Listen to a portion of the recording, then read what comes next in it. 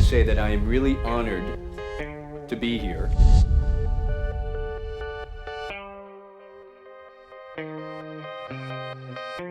This is usually not our market.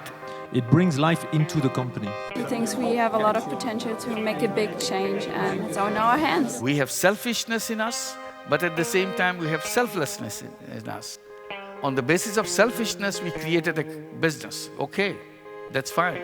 But what about the selflessness? Why don't we create business out of the selflessness? We will be 345 people. More than 100 companies will be represented, 20 universities all over the world, and a lot of young spirit.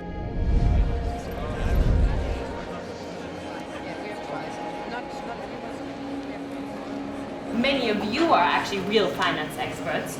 So our role in the workshop will be to give you a general introduction how financing can work from a social business perspective. I would love to bring the social business movement to Africa. And why I'm here is because I'll be speaking they're with mainly focusing on social students in a marginalized group, and not just older people. Don't have the knowledge. So besides learning a lot here, Swivel in your chair, arrange yourselves in groups of 4, and start discussing the topics amongst yourselves.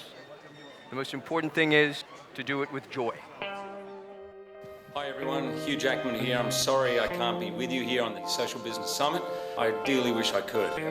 I am now a social business ambassador. I'm very proud to be one. Thank you to Grameen for the incredible positive impact that you've made in the lives of millions of people around the world. And thank you to everybody here at the Global Social Business Summit. My short story is that on that first visit, we went in close to the capital.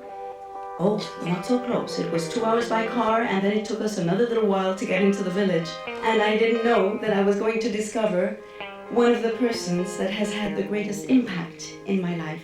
Thank you very much. So we're now going to start with a very, very interesting panel.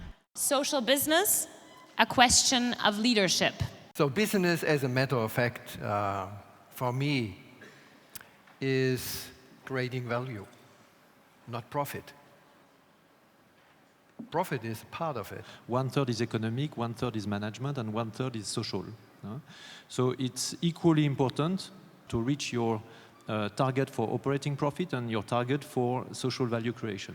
As Jürgen said, this is not a charity, this is something where we can help other people that they could manage their life and they could get value in what they're doing and seeing the reason why they're here, not just begging or getting money from others. The simplicity of what Dr. Yunus does is fantastic because it disallows you from separation of structure.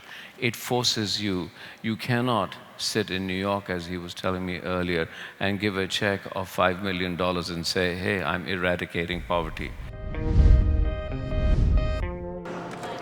Our vision is to put poverty into the poverty museums. We've got to teach problem solving, creative thinking, entrepreneurialism. For example, on the island of Zanzibar, with the combination of different tools against malaria, they have been nearly eradicated malaria cases.